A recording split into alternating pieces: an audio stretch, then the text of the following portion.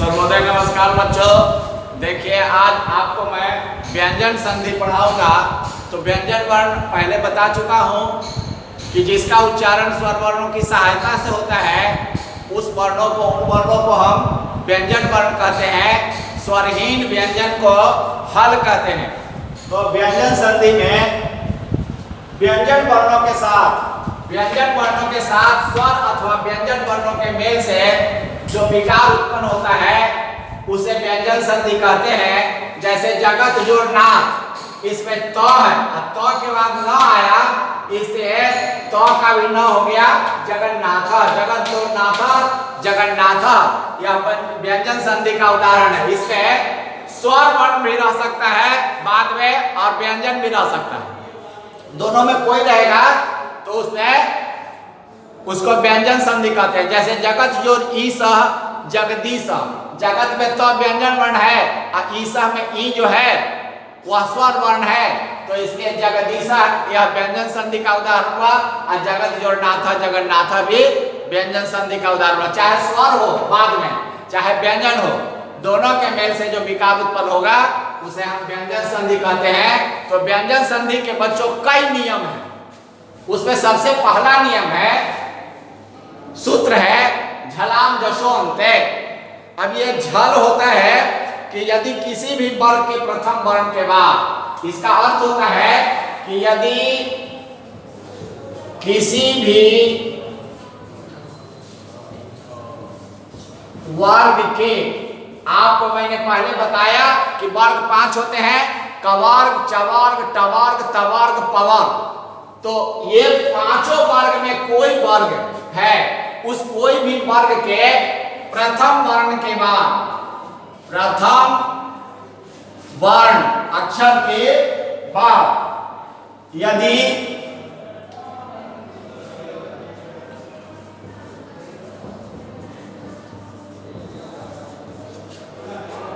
यदि किसी भी वर्ग का तृतीय यानी तीसरा चतुर्थ, तृतीय चतुर्थ वर्ण रहे, चतुर्थ वर्ण रहे अथवा कोई स्वर वर्ण रहे या य र ल व में से कोई वर्ण रहे तो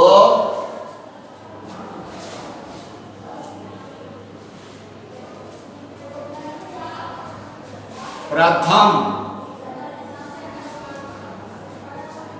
वर्ण के स्थान पर उसी वर्ग का, जिस वर्ग का प्रथम वर्ण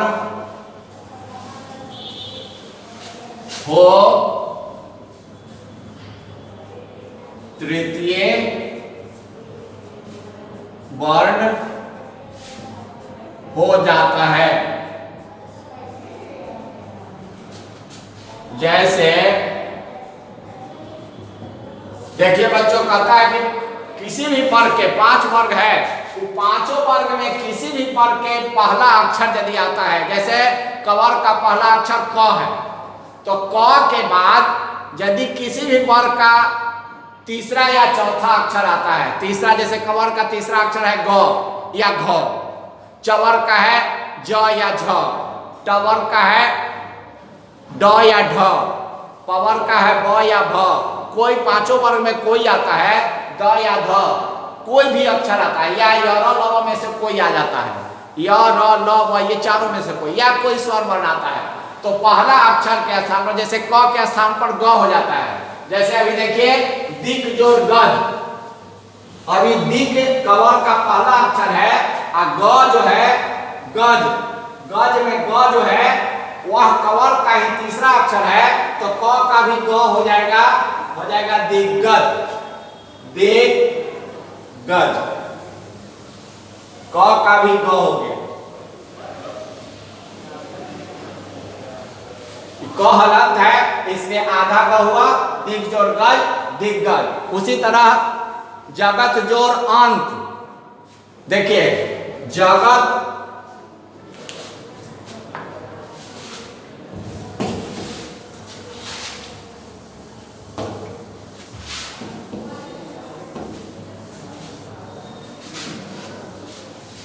दूसरा उदाहरण है जगत जोड़ अंतः, ये त है तवर का प्रथम वर्ण और उसके बाद स्वर वर्ण अ आया तो त के जगह द हो जाएगा जगदंतः, जगत अंतः जगदंतः।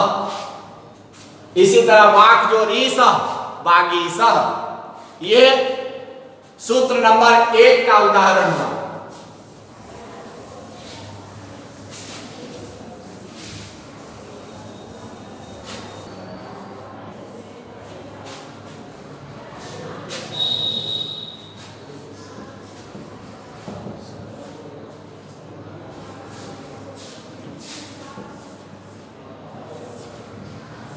दूसरा नियम है, सूत्र है समः श्रुति, कहता है कि यदि सम उपसर्ग के बाद, इसका अर्थ है कि यदि सम उपसर्ग के बाद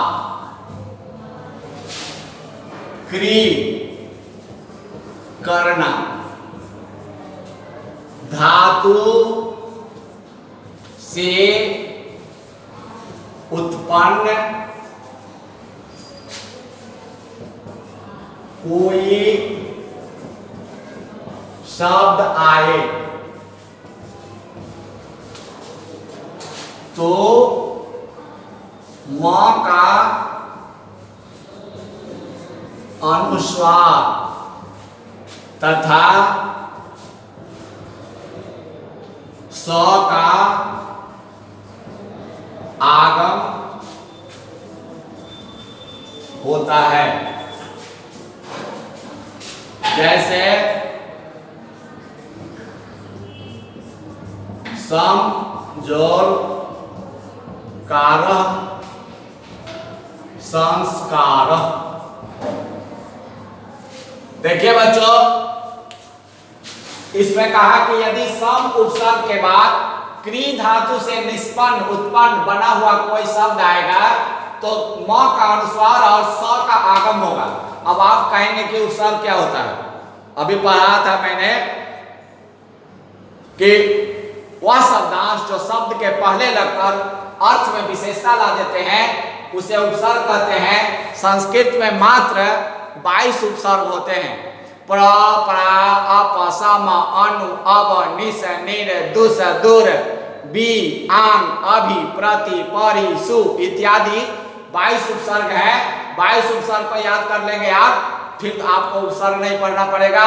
और हम समझते हैं 80% हिंदी का भी शब्द यही 22 उपसर्ग में लगा हुआ है, इसमें 22 उपसर्ग से बना है। और शेष 20% में उर्दू, फारसी, अंग्रेजी सब उपसर्ग लगा हुआ है। लेकिन आपके हिंदी के भी 80% शब्द इन्हीं 22 उपसर्ग से बने हैं। इसलिए ये 22 उपसर्ग को उपसर्ग प्रकरण में है, अवश्य याद कर लेंगे। केवल नाम याद करना है, शब्द अपने समझ में आ जाएगा। तो यहाँ कहा गया है कि यदि सम उपसर्ग के बाद क्री, क्री मतलब होता है करना, क्री धातु से बना हुआ यदि कोई शब्द आएगा तो म का अनुस्वार हो जाएगा और वहां स जबरदस्ती आकर मित्र के तरह आकर बैठ जाएंगे। जैसे सम जोड़ कार, म का अनुस्वार हुआ सम, अनुस्वार हुआ और स का आगम हो गया संस्कार। सम जोड़ कृतः संस्कृतः, सम जोड़ कृति संस्कृति। ये नियम नंबर 2 के उदाहरण हुए।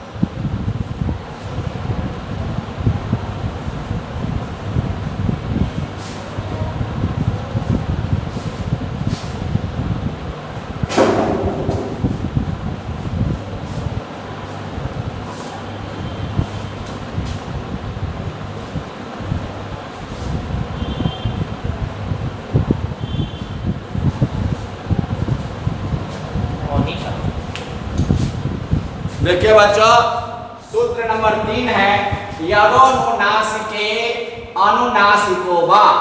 इसका अर्थ होता है कि यदि किसी भी वर्ग के प्रथम वर्ण के बाद यदि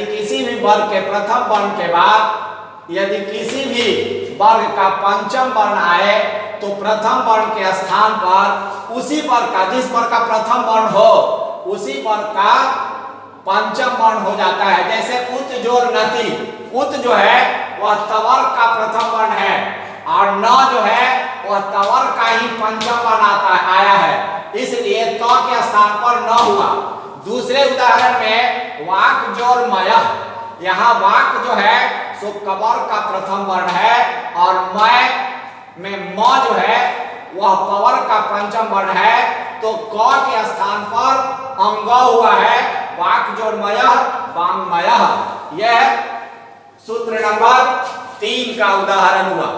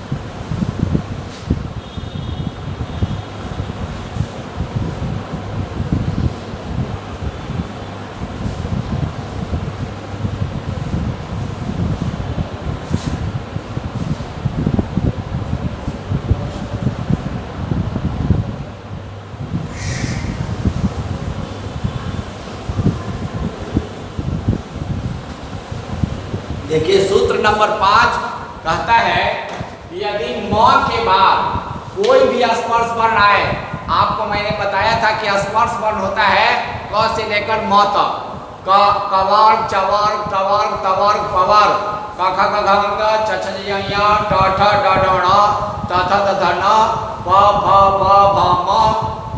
ये 25 वर्ण है स्पर्श वर्ण। तो म के बाद यदि कोई भी 25 वर्ण में कोई वर्ण आए तो म का अनुस्वार होगा अथवा बाद वाला जो वर्ण होगा, म के बाद जो वर्ण आएगा उसका 5वां वर्ण होगा। जैसे देखिए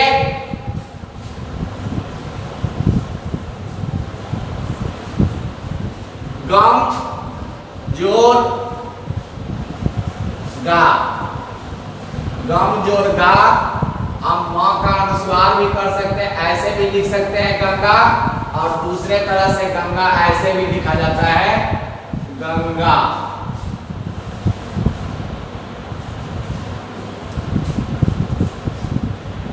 उसी तरह सम जोर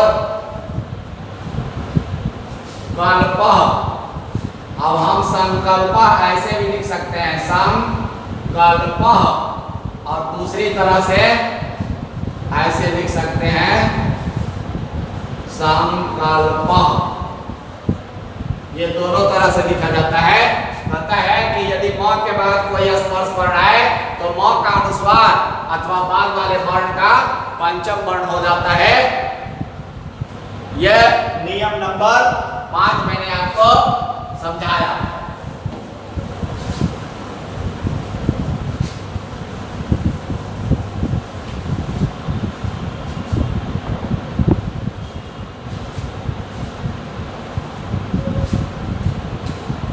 नियम नंबर 6 है, इसी अनुस्वार से संबंधित है, इसलिए इसको पहले समझा देता हूं। मोनुस्वार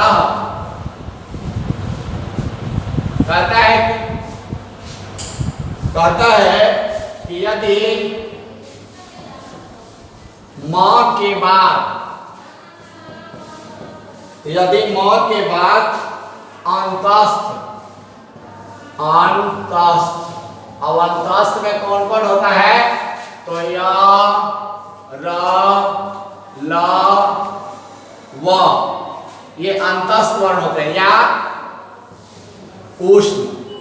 उष्ण होता है तालव्य स, मूर्धन्य स, दंत स और ह। यदि म के बाद अंतस्थ या उष्ण वर्ण आए तो म का आए तो म का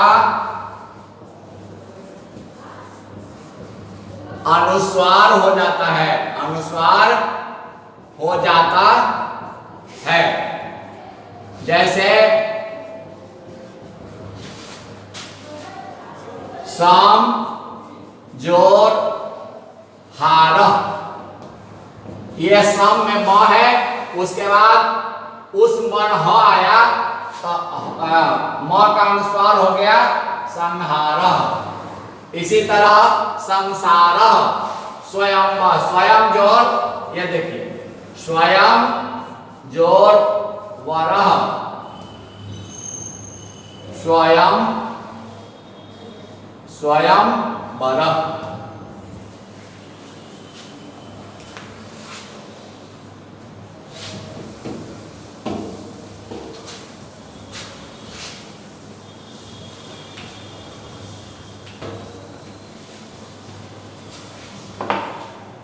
नियम नंबर 7,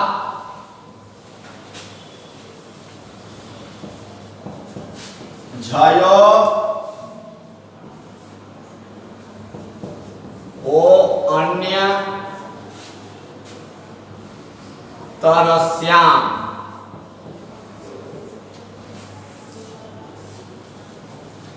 नियम नंबर 7 कहता है कि यदि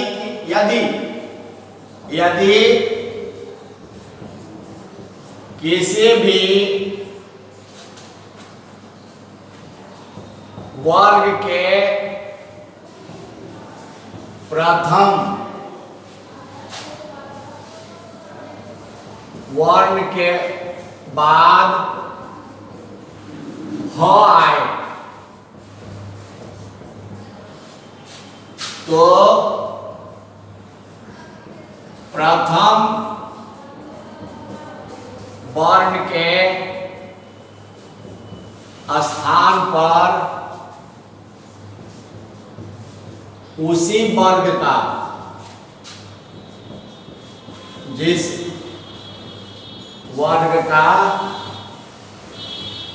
प्रथम वर्ण हो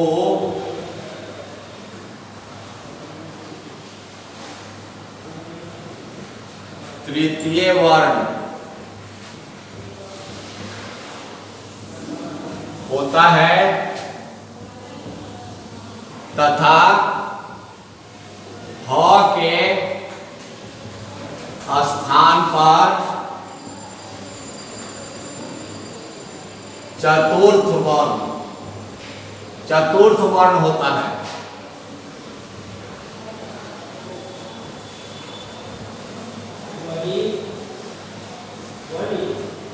जैसे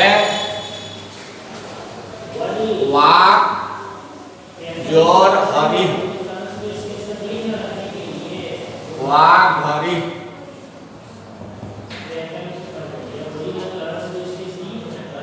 तत्, जोर, हित, तद्धित। देखिए बच्चों, ये नियम नंबर 7 कहता है कि यदि किसी भी वर्ग के प्रथम वर्ण के बाद यदि ह आए तो प्रथम वर्ण के स्थान पर उसी वर्ण का जिस वर्ण का प्रथम वर्ण है तृतीय वर्ण होता है तथा ह के स्थान पर चतुर्थ वर्ण होता है। जैसे बाघ, अब यहाँ बाघ में क वर्ण का प्रथम वर्ण है, उसके बाद ह आया तो क के स्थान पर ग हो गया और ह के स्थान पर घ हो गया चौथा वर्ण है। ह के स्थान पर चतुर्थ वर्ण चौथा वर्ण होता है। जैसे क ख ग घ, तो बाघ जोर हरि बाघ भरी, तत् जोर हित तद्धित, उत जोर हारह उद्धारह, उद प्लस हारह, ये देखिए उद्धारह ऐसे भी लिख सकते हैं और उद्धारह ऐसे भी लिख सकते हैं, उद्धारह। यह है नियम नंबर 7।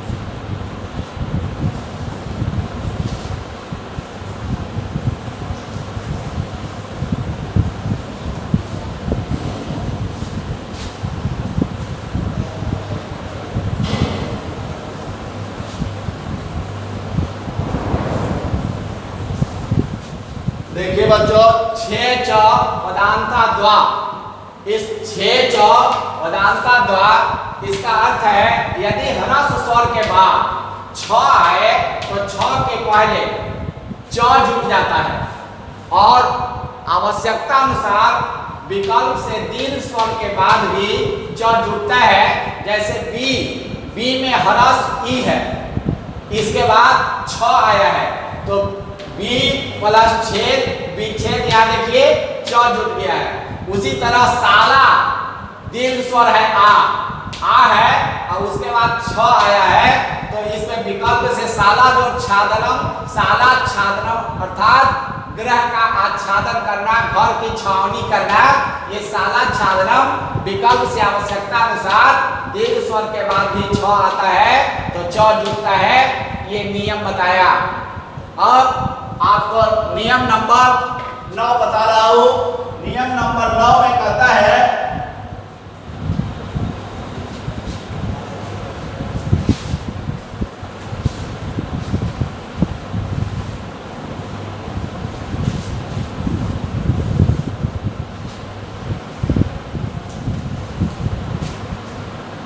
नौ अष्टो, अष्टो, अष्टुना, अष्टु, अष्टो, अष्टुना, अष्टु। कहता है कि यदि मूर्धन्य स के बाद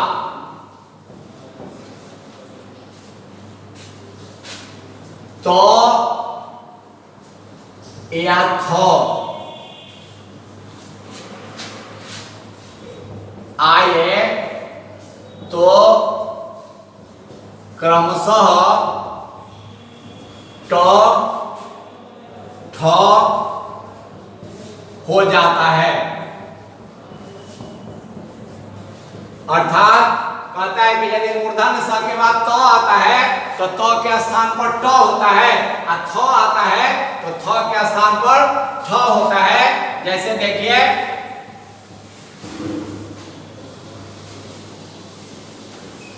प्रीस जोर त, अभी प्रीस में मूर्धन्य स है, उसके बाद त आया तो ये त के स्थान पर ट हो जाएगा पृष्ठ, और सस जोर थ, षष्ठ, ये थ के स्थान पर ठ हो गया। ये नियम नंबर 9 है। नियम नंबर 10 कहता है तोरली, सूत्र है तोरली, तोरली अर्थात यदि त के बाद ल आता है, तो के बाद ल आता है तो त का ल हो जाता है।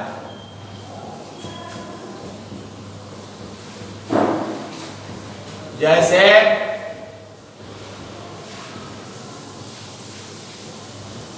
तत् जोर लय,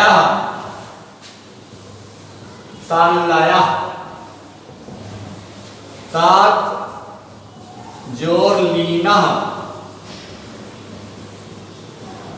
तल्लीन।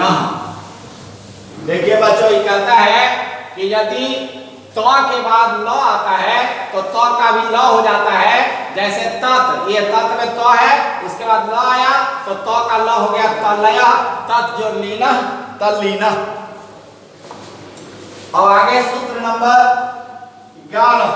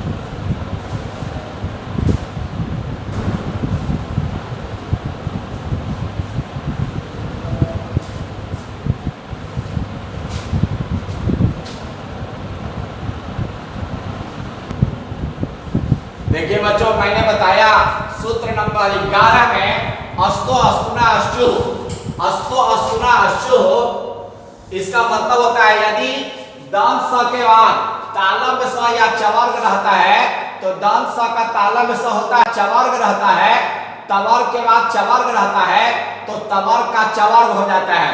जैसे रामस जोड़ सेते, यहाँ रामस में स दंत स है, उसके बाद सेते में स तालव्य स है, इसलिए दंत स के स्थान पर तालव्य स हो गया यहाँ रामस सेते।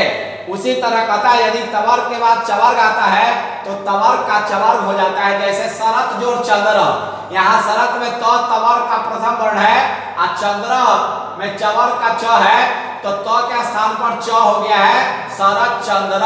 ये देखिए शरत चंद्र। इसी तरह उत जोड़ ज्वाला, उत तवर्ग का है और ज जो है तो जो है तो तवर्ग का, ज है चवर्ग का, तो के स्थान पर ज हो गया उज्ज्वला।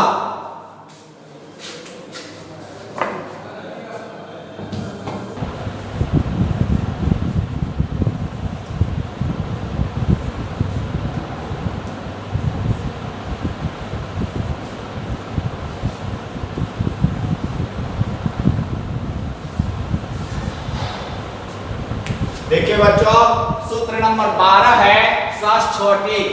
यदि त या द के बाद तालव्य स रहे तो त या द का च होता है और तालव्य स का छ होता है। जैसे देखिए तत् जोड़ शिव तत् शिव, यह तत् में त जो है त के स्थान पर च हुआ है और तालव्य स का छ हो गया है। इसी तरह उत जोड़ श्रृंखला उच्छृंखला, भगवत जोड़ शरण्य भगवत शरण्य, तत् जोड़ शकटम तत्छकटम। ये सूत्र नंबर 12 बच्चों आपको 10वीं वर्ग के उपयोगी, अति उपयोगी, परीक्षोपयोगी जितने सूत्र थे, नियम थे, मैंने आपको पढ़ाया। आप इसे अभ्यास पुस्तिका में लिखें और जो प्रश्न में अभ्यास दिया जाएगा उसको अपने अभ्यास पुस्तिका में बनाएंगे। धन्यवाद। व्यंजन संधि पूर्ण हुआ।